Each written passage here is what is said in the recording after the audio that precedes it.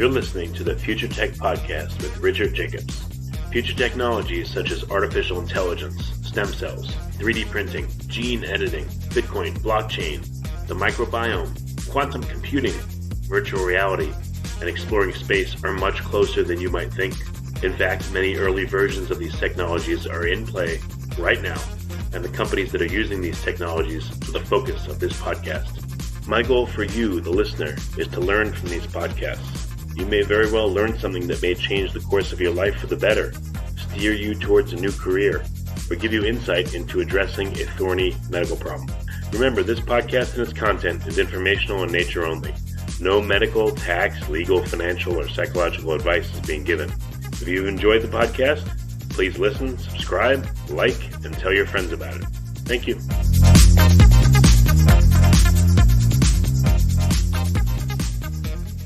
Hello, this is Richard Jacobs with the Future Tech and Future Tech Health podcast.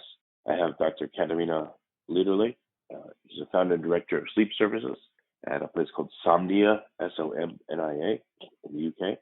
She's a sleep expert and published author, 10 plus years of research experience.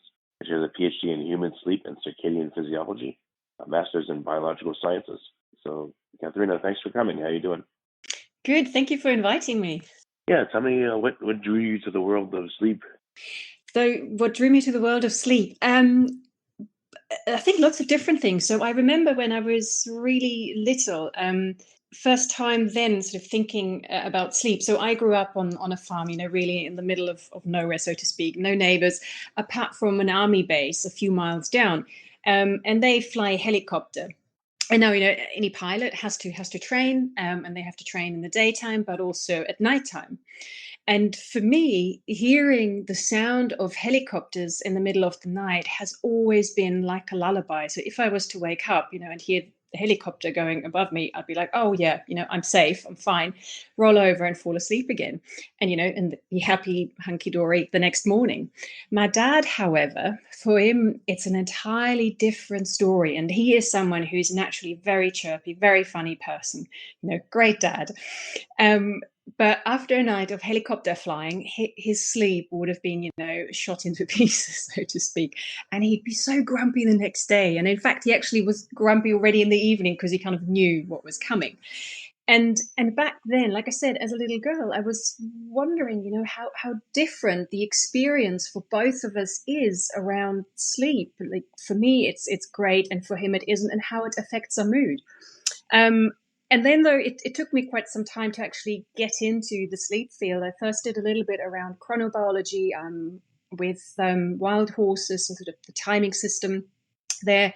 And relatively later on, after my master's, sort of decided, okay, I'm going to change slightly, and look into sleep in humans, and have been in the field ever since.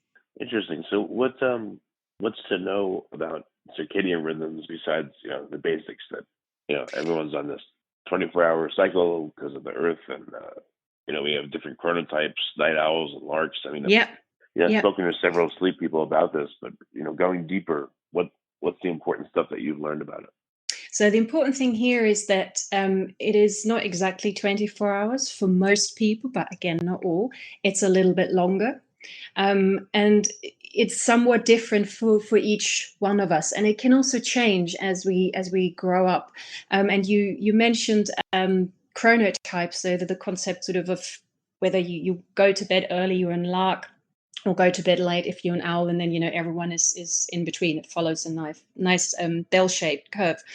The importance to actually find out for each one of us what is my chronotype, and related to that, what are my sleep times? What is my personal sleep window? And then sleeping and being awake according to that window set by the body clock. But the importance, like I said, is to figure it out for yourself, what that is, and not to sort of just go with what the media is telling you. Yeah, society tells you, it rewards you for being an early bird, and it punishes you for being a night owl. It tries to make you feel like you're a bad person and you're going to fall behind, and what's wrong with you, and you're lazy and all that stuff. Yeah. And that's just convention that we start working at 8 or 9 o'clock, and it's the same for school. Sometimes it's even before 8, and that suits some people, but not everyone. And we're sort of ignoring something here and actually, in a way, sacrificing their health, because someone who is an owl who wants to go to bed late and may still need 8 hours, maybe a bit more, maybe a bit less, they constantly have to cut their sleep short during the working week in order to make it into the office by 8, 9 o'clock. And it would be much better if we had flexi times and created working times around someone's body clock. Certainly, owls, they would perform much better and actually be more productive if they sort of could come into work as and when they are ready. And then obviously, they could stay longer and still do an 8-hour day. That's not the question. Has there been science to physiologically look at the differences between, larks and owls? Are there any underlying physical differences? So there are a number of studies, for example, testing larks and owls at the same clock time, for example, starting at 8 o'clock a.m. and then doing it in regular intervals on different performance measurements physically as well as cognitively. And you can see that the lark, is bright and chirpy and very productive in the morning, but the owl isn't. They become more productive, properly wake up, and can properly cognitively function in that sense later in the afternoon. So there are differences between them, and we also have differences in genes, although that's sort of a very young research field when it comes to chronobiology and chronotyping, but there seems to be differences in the genetic markup as well. Well, what are the cues that cause people's clocks to be one way or another? I know light is a major cue, but if light is a cue, it seems to cue differently in larks versus owls. And you have melatonin cycling, you have cortisol cycling. I mean, again, you're saying it's just too new that no one has really done the blood work or looked at the underlying physiology to see what's happening. So it is there is a lot of research groups currently looking at this, what exactly is difference and how are these difference in genes affecting the molecular workings of the clock, but that's too early. But just coming back to the light, what you mentioned, light is the major zeitgeber or time giver for our body clock. And that's the same as in an lark as well as in an owl. But how sensitive we are at different times of days, that seems to be somewhat different. There's a difference between all of us, but then, broadly speaking, between these two groups. But again, we shouldn't forget there's also that big group in the middle, the hummingbirds, or they don't really have a name. Right, one shouldn't forget. Larks and owls are really just actually the extreme ends, and they could be something like 11 or 12 hours apart. So coming back to the light is what resets our clock on a daily basis, and especially morning light is very important and very powerful there. If we don't have the light, and you could think of a blind person who's completely blind, so there's no light perception whatsoever, in these people, their biological clock runs according to its own rhythm. And as I said earlier on, in most people, it's a little bit longer than 24 hours, which creates a real problem for these people, because for some time of the year, they're completely out of sync with the rest of the society. Then they will overlap, and then they drift off again, so to speak, meaning that for some time of the year, they are ready to go to work when we go to work, normally sighted people. But then it may be that actually during our nighttime, they are ready to go to work. And you can quickly see that creates problems for them, to fully participate in our society. So blind people tend to drift into a different sleep-wake cycle over time? And non-entrained, they will follow what their clock is saying. And it's because it is a little bit longer than 24 hours, which is the natural light-dark cycle and the one we are entrained to, they will drift and lag behind us. And at some point, it just happens sort of that they will overlap again with our night-dark cycle, but not for long.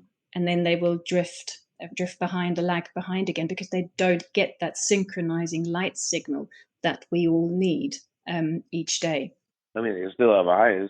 The eyes are open to the sun, so it's. Does that mean the act of seeing, that's the processing of the light, or is there something else in the eye that's actually acting as a receptor for the light? Yeah, very good question. Maybe their optic nerve doesn't work. Weird. So very, very good question, and I didn't explain that before. So the clock gets the light information via the eyes, but they're special photoreceptors. So the rods and cones, they do input to some degrees, but there's a new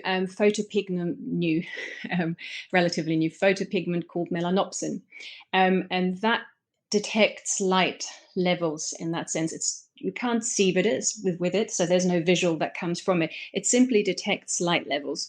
And that's really what feeds back to the clock, telling it is light outside, which means it's day, and then the clock will broadcast to the rest of the body it is daytime. And when sort of the light goes and darkness comes, the clock will then know, okay, it's nighttime now, and it will broadcast nighttime to the rest of the body. And you mentioned melatonin early on. That is actually the way, or the signal the clock uses to tell the rest of the body it is nighttime now. Do everything that's appropriate for nighttime. So how sensitive do you believe our perception of light is? If I'm in a room that's pretty dark, but not pitch black, meaning let's say I sleep during the day, it seems like even though the room is dark, it's not pitch dark, my body can still tell that it's during the day. My sleep is very different than, truly at night where it's pitch dark. Yeah. So again, we can't look at sort of one day or one night in isolation, there's preceding days and nights. We are designed to sleep at night and to be awake during the day. Yeah, that's how we have evolved also a visual system, because we can't see very well at night. So we could easily fall prey, to the big predators. So it's about getting into safety, sort of going, into the cave or up the trees, wherever we sort of first evolved and lived. But there is a difference in light sensitivity across the 24-hour clock, and we're most light sensitive at night. And their little light is enough to affect us physiologically, and can lead to a suppression of melatonin. Okay. So what's the I've been grilling you about chronotypes here. What's the main area of your work? What kind of do you do a lot of clinical work, or what do you see and who do you help? So my main area is to raise awareness for sleep, and related to that also for the body clock, and because it governs so many other things as well. But predominantly it's raising awareness for sleep, helping the public understand what sleep is and why it is so important. But it doesn't stop there. It's then also helping people to improve their sleep. And again, that could be, the wider public, but I also work specifically with people who suffer from insomnia, using a non-drug approach, helping them to get their sleep back on track. And ultimately, I think really what drives me here is helping people live their lives to their full, because we all need sleep, to recharge and recover and to be the best we can be the next day. So it's really about improving quality of life for people. Okay, so you work with insomnia a lot. What kind? Is it onset insomnia? Is it middle of the night, later in the morning? What kind of different kinds do you work with? Any, and insomnia, as you rightly point out, it's an umbrella term with different symptoms, and they can change within the same individual from night to night, or across months. But for me, it doesn't matter what it is. It's about educating the person of what's going on, and how behaviors, but also responses to not sleeping, can fuel the insomnia, the wakefulness, or slowly sort of help for sleep to come back in. Well, what's an example of a common insomnia, and then one that's more tricky or more rare? What are some examples? Yeah, so probably most common is the onset. insomnia, where people go to bed, and a lot of my clients will say, oh, I'm sitting on the sofa and I'm almost nodding off, ready for sleep, and then go upstairs, brush my teeth, get into bed, head hits the pillow, and bang, the alarm bells go off, and suddenly the mind is racing again, and the heart's beating super fast, and then it might tense up, and then sleep is sort of just gone. That's very common. Also common is to wake up in the middle of the night, sort of 2, 3, or 4 o'clock. That seems to be sort of the time. And then again, it's similar, that mind is just so busy and going round and round in circles, and sometimes about big problems, but sometimes just about little things, what should I wear tomorrow type of thing. But in the middle of the night, it's like the biggest question. So they are very common. Less common is the insomnia that's due to unrefreshing sleep, where the person doesn't really report a sleep problem. So they're not aware of having difficulties to get to sleep or waking up. They just don't feel refreshed the next day. That's the rarer one, I would say. So what kind of therapies do you do for people that have onset insomnia? Is it like the cognitive behavioral therapy for insomnia, or are there other tricks? Other tricks. So what I'm using is called acceptance commitment therapy, or ACT, which was developed in the 1980s in the US, actually, around, I think, in the University of Nevada. And that is sort of coming from CBT. It's a behavioral change therapy, but it is very different in its approach and how it works. And in the way the name gives it away, it's acceptance commitment therapy. So there's an element of acceptance in there, and also an element of mindfulness, which takes up a large part of what I teach my clients. This sort of acknowledging of what's going on, and then mindfully responding to the situation, rather than sort of that automatic reaction that gets us into a struggle and the fight with being awake, and actually increases anxiety levels of anger and frustration. And when we are angry or anxious or frustrated, we're not calm and relaxed, which is sort of the state much more conducive to sleep. And this is something I help my clients sort of get back into by developing a more mindful way of living. And then there are also, of course, sort of lifestyle behaviors that we look at, like caffeine intake and alcohol intake. And I'm not saying one can't drink any coffee or can't drink any alcohol. I enjoy a glass of wine every now and then, and a cup of coffee sometimes. But it's just sort of when and how much, and using it strategically rather than just consuming it sort of automatically. So what's some advice for the first moments when someone lays down? Is that when there are things they can work on to help them sleep, or a lot of it's way before? Again, the caffeine and the alcohol for the day, the mental preparation, the wind down. Where do you find that people find the most value? So what I teach my clients is that preparing for sleep starts the moment you wake up in the morning. Yeah, that's when it starts, because day follows night, night follows day, wake follows sleep, sleep follows wake. It's all connected. Yeah. So it's the moment we wake up, and so it starts with, for example, in the morning, getting the sunlight, going outdoors. And if it's just 10 minutes, it's just 10 minutes. If you can be half an hour, great.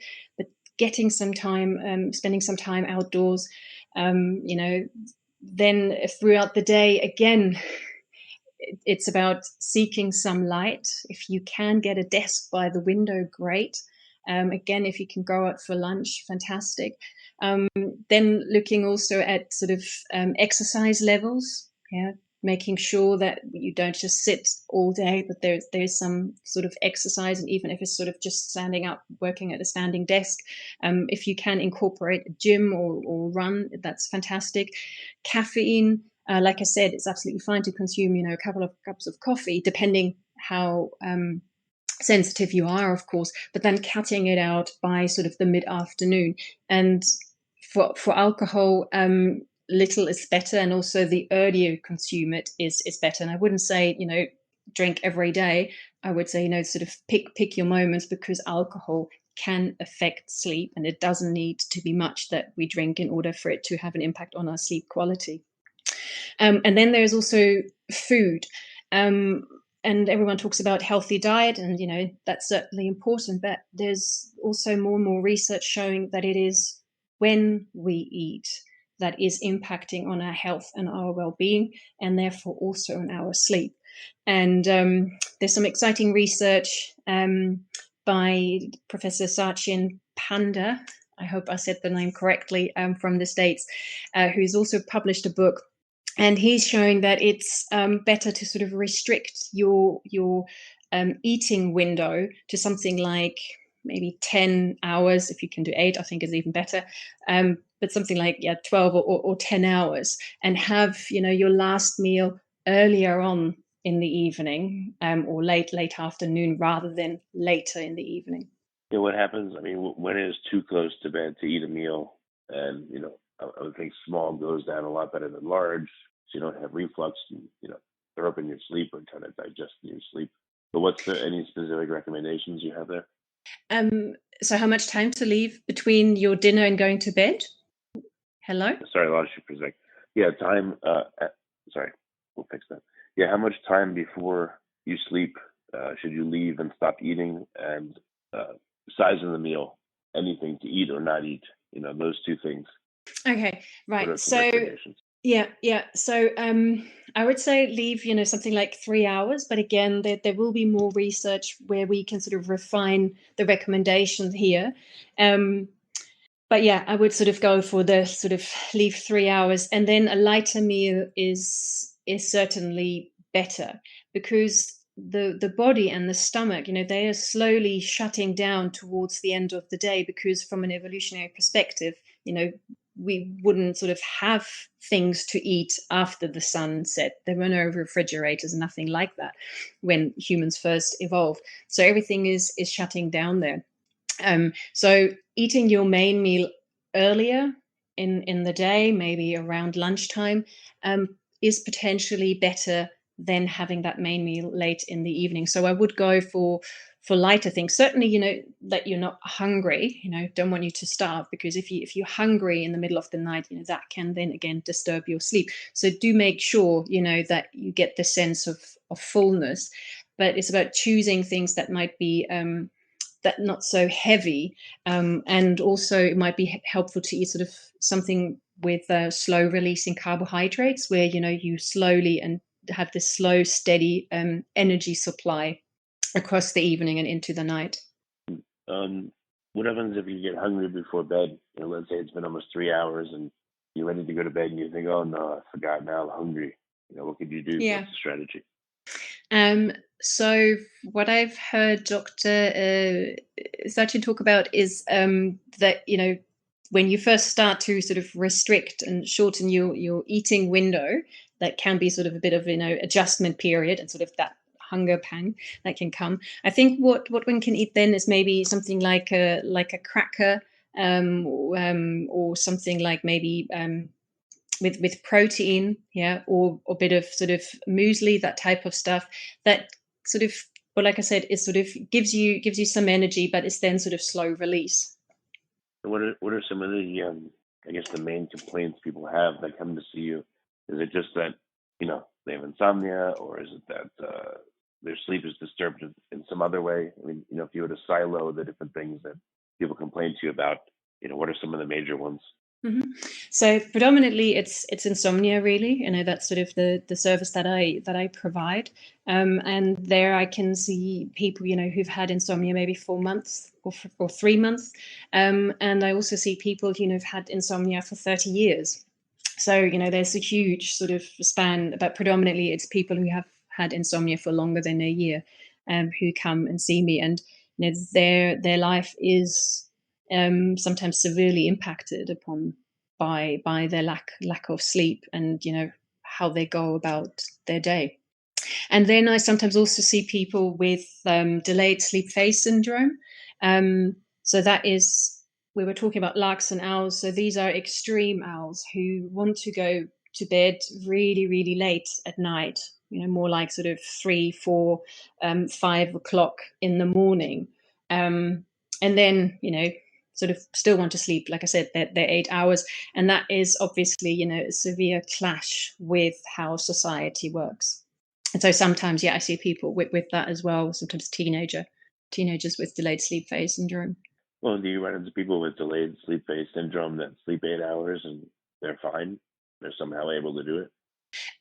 If they're able to do it, if they maybe run their own business where they can structure their day, very often they're fine, but a majority of people can't. They have to conform to society, and that's when then we see problems in health, but also in mood, which is predominantly down to a lack of sleep. Are there any new techniques or new studies that you're waiting to see the results of that you think will be breakthroughs for sleep? I think the ones around the eating window that will be helpful because it helps keeping our internal clock better aligned with sort of everything else that happens in our world.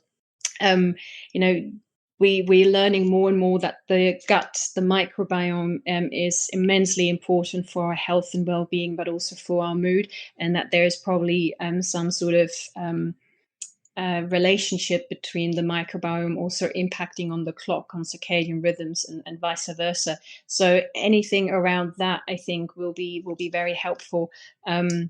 Also then with a look at sort of chronic diseases, cardiovascular diseases, but also cancer, to support people there, as well as actually in mood disorders, depression, for example, kind of helping people or providing people with better treatments. Okay, interesting. Do you deal much with sleep apnea, snoring, that kind of thing, or is that when you observe that, you pass them on to a different practitioner? Yeah, exactly. Then I would pass them on because I don't have a sort of a clinic in that sense for sleep apnea. You need monitoring to sort of diagnose that. So if there is someone where it could be sleep apnea, or sleep apnea could be part of the insomnia, then I will pass them back on, or sort of refer them back to the GP to then go to a sleep clinic where they can do an overnight study, can be properly assessed, and then get the right treatment. Often that's sort of CPAP, that's the oxygen mask, or sort of a mouth guard for some of them. But I will then pass them back on sort of to the GP. All right, well, very good. So what's the best way people can get in touch and ask more questions, and if they're local to you, come see you for help? The best way to get in touch is just send me an email via the website, or my email address is on the website, and then I will respond, as soon as. But that's the best way to find me. Okay, well, very good. Well, Katharina, thank you for coming on the podcast. I appreciate it. Thank you for the opportunity. It's a pleasure. Always happy to talk about sleep and circadian rhythms.